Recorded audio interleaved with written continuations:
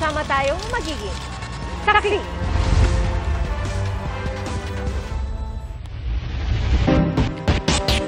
Mga kapuso, isang tulog na lang at ilalabas na ang mga pailaw at pampaingay bilang salubong sa bagong taon.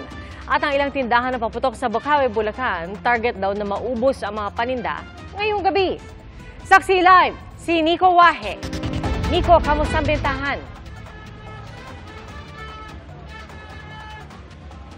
Pia, paputok is life talaga dito sa Bocaue, Bulacan dahil yung bentahan ng paputok ngayong araw lang ay dumami dahil isang araw bago ang pagsalubong sa bagong taon ay gusto raw magpaputok talaga ng marami nating mga kababayan. Sabay sa paglubog ng araw at pagtila ng ulan ay ang pagdagsa ng mas maraming customer na bumibili ng paputok dito sa fireworks capital of the Philippines, Bocaue, Bulacan. Si Kervin dumayo pa mula Pasig para bumili ng paputok. Ilang taon na raw kasi silang hindi nagpapaputok. 5 taon na nakalipas. Muling paputok namin. Wala lang, medyo mataas na presyo eh. Hindi kagaya noon, mas mababa pa. Ngayong mga nakaraan taon, mas mahal daw. Sinek muna nga raw nila ang presyo bago bumili. Example, itong Quitties. Yung special, umaabot ng 18 pesos isa. Ngayon, 12 pesos na lang siya. Special na yon. 2,500 pesos daw ang budget niya sa paputok. Si JC naman na taga-Giginto, 10,000 pesos ang budget ngayong taon para sa paputok. Nag-ikot-ikot nga raw siya muna para makakita ng tindahan na may pinakamurang benta. Tradisyon na raw sa pamilya nila magpaputok, kaya hindi raw ito pwedeng mawala sa pagdiriwang nila ng New Year. Ang paniniwala kasi na every time na nag-ingay kami tuwing kada bagong taon, mas lalo yung swerte dumadali sa ano. Ayon sa ilang tindera, mas marami raw ang mga namili nung nakaraang taon. Pero baka raw dahil umulan ngayong araw. Pero ang sigurado raw, ubusin na ngayon mami ang gabi. Possible maubos na. Wala po kasa, magpapaputok na lang din kami. sa dami ng paputok sa Bocaue, may ibang option naman na tinitinda ang ilan para raw mas ligtas sa pagsalubong ng 2025. Gaya ng torotot at kahoy na baril-barilan. Ligtas po to, sir. Wala pong bahala. Hindi po nakakatakot ng Sa kabila naman ng pagbabawal sa boga, marami pa rin na nakukumpiska nito. Gaya sa Old Balara, Quezon City na nauwi pa sa habulan ng pagsasaway ng barangay sa mga bata. Hindi nabutan ng mga bata pero nakuha ang boga. Nagulat din kami sa barangay na halos 1,000% ang itinaas ng nakumpiska namin boga ngayon. Yes, last year. At tila mas napaaga raw ang paggamit ng mga bata sa boga. Dati po, nakakakumpiska tayo ng boga bago magbagong taon. Ito, wala pang Pasko, unang linggo pa lang ng Disyembre, marami na tayong nakukuhang boga. Kanina muling pinaalalahanan ng barangay ang mga magulang lalo't mahigpit ang kanilang patakaran sa mga mahuhuling nagpapaputok ng boga. Okay yun, kasi maganda yun, kasi pag matapos yung Pasko, bagong taon, walang aksidente nga nangyayari. Pia, hanggang sa mga oras na ito ay patuloy yung pagdating ng mga mamimili ng paputok dito sa Bocaue, Bulacan. At ayon sa ilang nagtitinda ay may ilang klase ng paputok na paubos na yung supply or kaunti na lang. Gaya ng Quitties at saka yung sawa at maging yung mga pampailaw na pambata. Pero sa mga gustong humabol, bukas naman daw sila 24 oras. At live mula rito sa Bocaue, Bulacan para sa GMA Integrated News, ako si Nico Wahe, ang inyong saksi. Pinaghahandaan na po ang medianoche bukas bago magpalit ang taon. Pero ang mga pinaniniwalaang pampaswerteng prutas at pansahog na gulay, tila naman nakakabutas ng bulsa ang presyo. Saksi, si Tina Panganiban Perez. Binibiling pampaswerte raw sa bagong taon ang mga bilog na prutas. Pero kasama ang mga ito sa mga nagtaas ang presyo sa Mega Q-Mart sa Quezon City. Nagmahal daw kasi ang benta ng mga supplier. Si Cherry Pablo, halos 800 pesos ang nagastos para sa 12 klase ng prutas, alinsunod sa paniniwala. Pwede naman isa-isa, ma'am. At least may lang sa mesa, ma'am. Alam natin na mahal, ma'am. Kaso lang, talagang kakayanin natin kasi salubungin natin ng bagong taon. Mabenta pa rin po ba kahit tumaas? Tumal nga po ngayon. 30 na po, wala pa. Ewan lang po bukas, baka po bukas mabili na po. Mabenta raw ang gold coins na tsokolate. 20 pesos yan kada supot na may 10 piraso. Kailangan pa ng mga tao, siguro baka sakalang gumanda ang buhay nila sa 2025. Ang karne ng baboy, nagmahal ng 35 pesos kada kilo. Ang mabenta ngayon pata. Kasi ang pata, pag nilis yung kawali, bumubutok. Ganun din ang liempo. Ano po yung pamahiin pa pag bumubutok? Siyempre, pag bumubutok, siyempre, ibig sabihin masagana. Kahit medya-noche na bukas, matumal pa raw ang bentahan sa Kamuning Market. 320 pesos kada kilo ang pinakamurang karne ng baboy roon. Mahina kung kumpara mo ng mga nakaraang taon.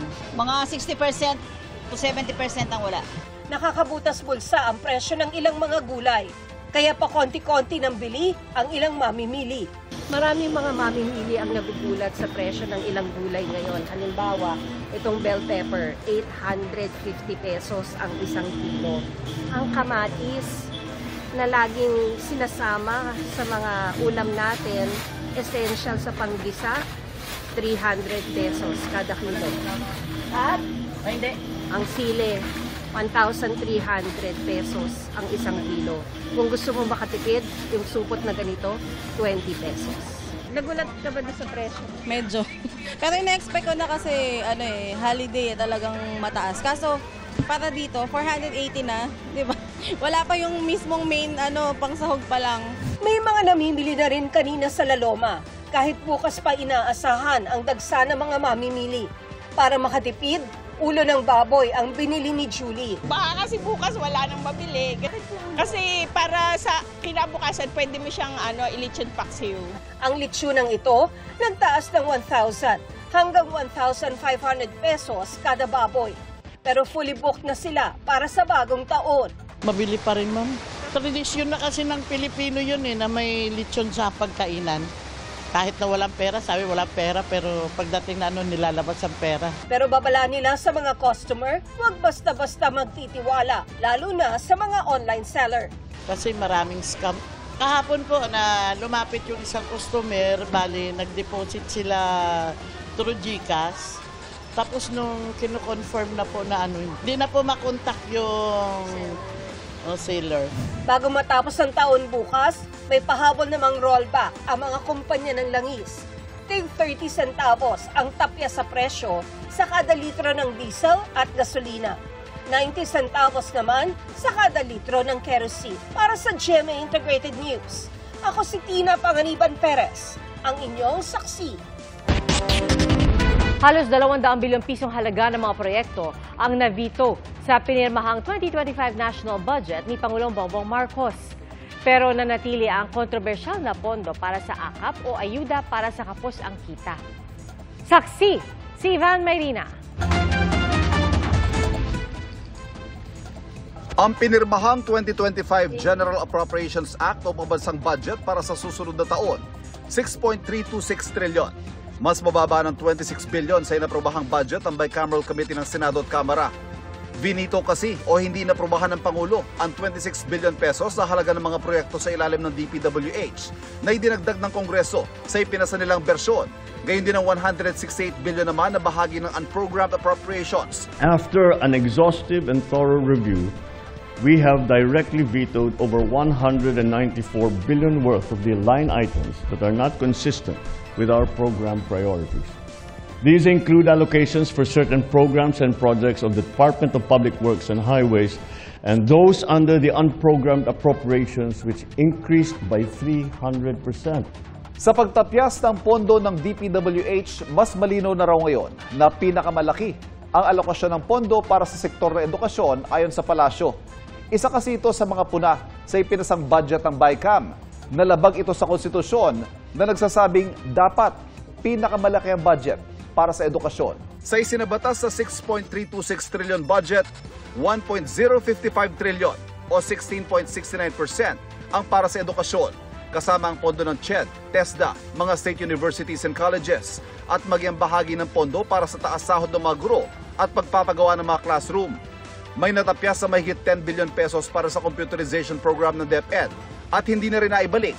Pero sabi ng DBM, isa ito sa prioridad sa paglalaanan ng pondo sa ilalim ng mga unprogrammed appropriations. As long as meron tayong additional revenue from the DOF we can actually augment or increase the budget of DepEd, specifically for computerization. 1.007 trillion o 15.93% ang pinal na budget para sa DPWH. The projects that had been vetoed are actually some of the projects that we consider that are not totally supportive to the 8-point socioeconomic agenda of the government, of this administration. And besides, I think many of these projects are projects that need to be scrutinized and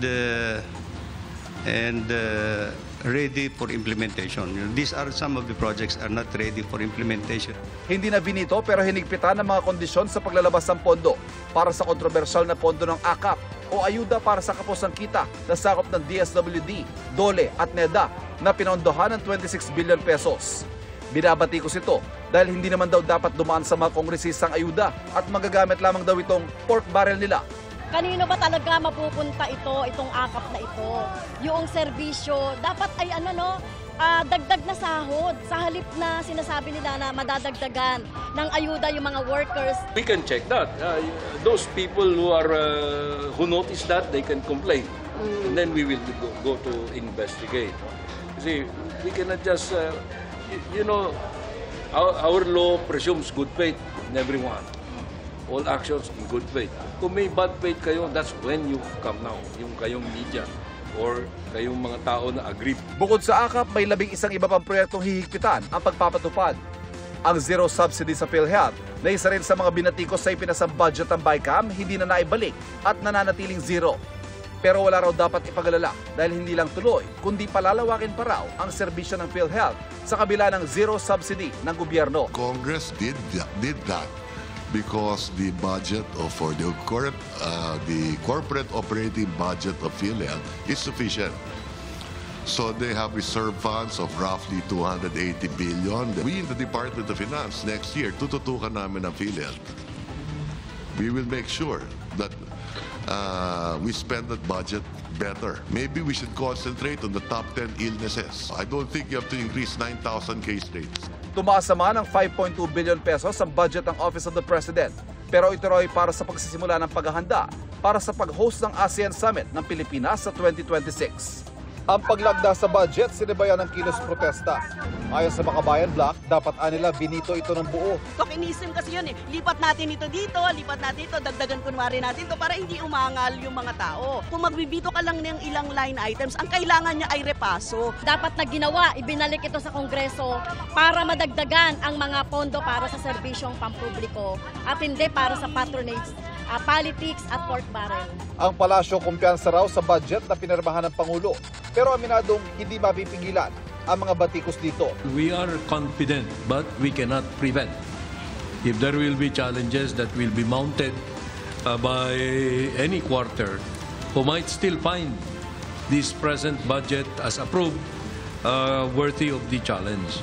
Sabi ni Senate President Chis Escudero, bagamat tatagalan, ang mahalaga ay napirmahan ng 2025 GAA bago matapos ang taon para hindi magkaroon ng reenacted budget. Ngayong pasado na anya ang budget, dapat maipatupad agad ang mga programa ng gobyerno. Ayon naman kay House Speaker Martin Romualdez, kinakatawan ng budget ang komitment ng Pangulo at ng Kongreso na mapabuti ang buhay ng mga Pilipino. Para sa GMA Integrated News, ako si Ivan Mayrina, ang inyong saksi.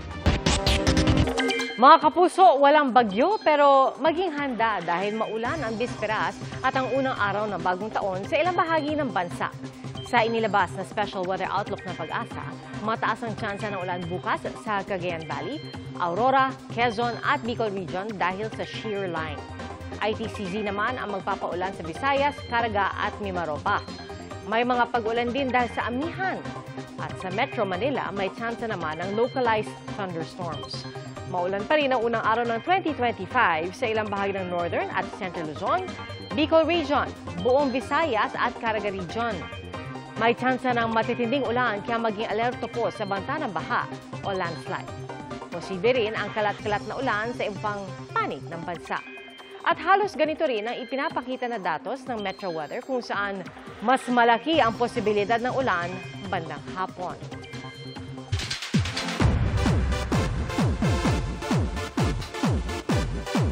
Bukas na po ang pasabog na New Year's Eve countdown ng Kapuso Network na gaganapin sa SM Mall of Asia. Kaya all out na ang paghahanda ng mga Kapuso stars gaya ni na Julian San Jose, Raver Cruz, Sanya Lopez, Ay de las Alas, Christian Bautista, Kailin Alcantara, Isabel Ortega at Zephanie. At pati ang mga love team na Alan Ansay at Sofia Pablo at ina Marco Masa at Ashley Sarmiento. At host ngayong taon si MMFF 2024 Best Supporting Actor Ruru Madrid. Hindi rin dapat palampasin ang performance bukas ng P-Pop Kings na SB19. Para naman po sa mga team bahay, mapapanood ang Kapuso Countdown to 2025 alas 10:30 ng gabi sa GMA pagkatapos ng Saksi. At mapapanood din ito sa GMA Pinoy TV at sa Kapuso social media platforms. Sa mga naghahanap po ng panghimagas sa Medianoche bukas, mabenta raw ngayong magbabagong taon ang Level Up Tikoy sa Calasyao, Pangasinan. Ready to eat na yan at may sari-saring flavor. At ayon po sa may-ari ng tindahan, ang bawat kulay ay may katumbas daw na hiling para sa bagong taon. Ube flavor para sa gustong yumaman. Strawberry flavor naman para sa may gusto ng pag-ibig. At white tikoy para sa kapayapaan.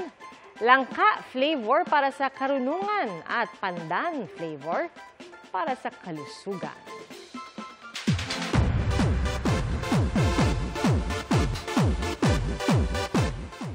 Nag-renew ng wedding vows sina Dingdong Dantes at Marian Rivera ngayong 10th wedding anniversary nila. Sa Instagram, ibinahagi ng Kapuso Primetime King and Queen ang intimate ceremony sa Immaculate Conception Cathedral. Sa naturang simbahan din ikinasal ang Dongyan noong December 30, 2014. At present din ang kanilang mga anak na sina Zia at Sixto. At second time man na naging bride ni Marian, glowing pa rin siya kasama si Dingdong sa altar. At lubos ang pasasalamat ni Marian kay Dingdong dahil sa pagtupad ng kanyang pangarap na magkaroon ng pamilya.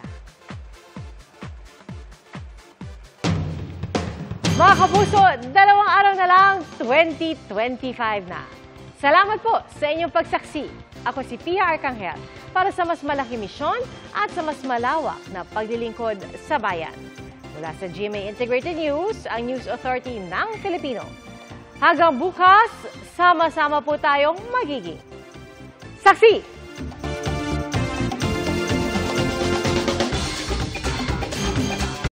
Mga Kapuso, maging una sa saksi. Mag-subscribe sa GMA Integrated News sa YouTube para sa iba't ibang balita.